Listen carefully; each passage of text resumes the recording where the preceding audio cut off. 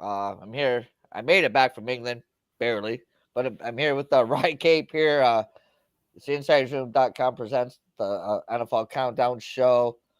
Wrycape's going to give you a couple of plays he likes on Sunday. I looked them over. One of them I really like. The other one, I can see where he's going with it. So, Wrycape, how you been doing? I haven't seen you in a while. Just Until yesterday, I've been doing great.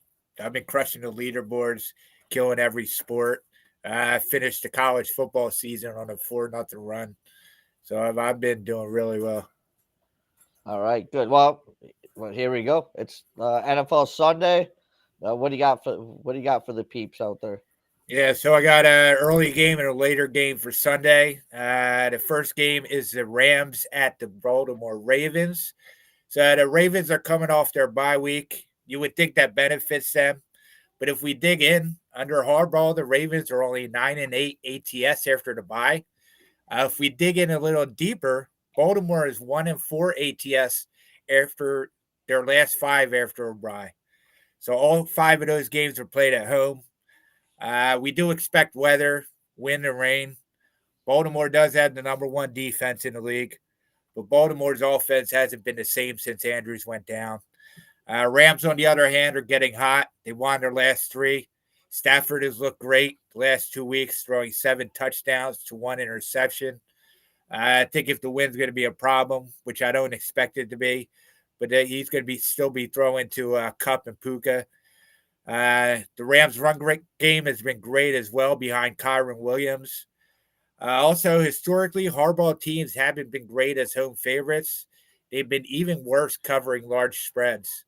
The Ravens are 1-8 ATS in their last named 9 games as a favorite of 7 or more. This is more than 7, 7.5. We can look at 2 instances this year as an outright loss to Cleveland as a 6-point favorite. And then the other was when they failed to cover as a 9.5-point favorite on the road in Arizona. So as we see, Ravens don't cover these big numbers. I do expect them to win, but LA should keep this game close and cover this number. And then, Yeah, yeah, go wait, ahead. wait. Oh yeah, I agree with you. I think yeah, I don't know. I think Stafford's found the fountain of youth lately. Been playing really well. The young guys on the Rams are stepping up. And to be honest, I don't know. I think Stafford and Donald and McVay are looking at like they got to make a run here and maybe make the playoffs. And if they don't, you can see maybe them all leaving at the end of the season. So Yeah, they all might retire. and I just think I agree with you. I just think 7.5 is just too many points, especially because I can't trust this Ravens offense. So like you said, since Andrews has gone down, it's just not the same. So I think it's a lot of points in this game, and I'll have to agree. I agree with you. I'd take that 7.5 all day. All right, so Ryan, I'll let you go on your next pick here, and what do you like? All right. So this is the Broncos at the Chargers. Broncos are getting 2.5 points. So it's tough for me to back the Chargers as a favorite. Chargers only scored 6 points last week against New England. This Chargers team is extremely inconsistent. Offensively, their only weapon is Keenan Allen. The Broncos defense has kept them in games. So I think if the Chargers are going to be one-dimensional offense, the Broncos will certainly be able to create turnovers, get to Justin Herbert. Yeah, Denver is one of the best teams at creating turnovers, whereas the Chargers love to give the ball away. On the other side of the ball for the Chargers, this defense is bad. They rank 28th in yards per play, and that's after a shutout of the Patriots with Bailey Zappi. So they really have trouble against the pass. Russell Wilson has looked good recently. I expect him and Sutton to expose the secondary. I also like we could look at a live wager opportunity for this game. So the Chargers have scored first in 10 of their 12 games this season, and they scored first in 5 of the 6 home games this season. So if they happen to score first in the matchup, I'm going to take Denver live at a better price, maybe a 6.5, seven, 7.5. See what they give us. But yeah, there's opportunities in this game. I think Denver's going to keep same thing, keep it close. They're going to have a chance to win the game as well. So I like Denver here, plus 2.5. I agree with you. Yeah, I don't know. I've been on the Chargers and been screwed. I was on the Chargers last week, and somehow I got away with a 6-0 win. Yeah.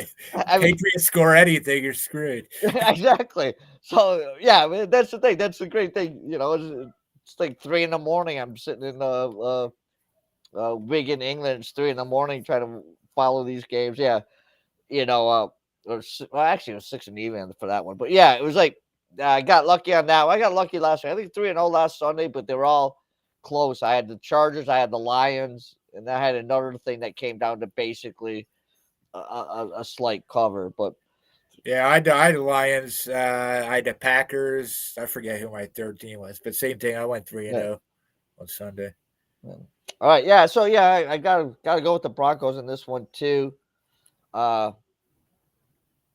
personally, this is my own thing. I'd probably buy it up to the 3 just because I would hate for the Chargers to actually do something and win by a field goal. But that's just me personally. That's I kind of like you in basketball where you don't like to lay the 2.5 or 1.5 or whatever. You just play the Yeah. money line.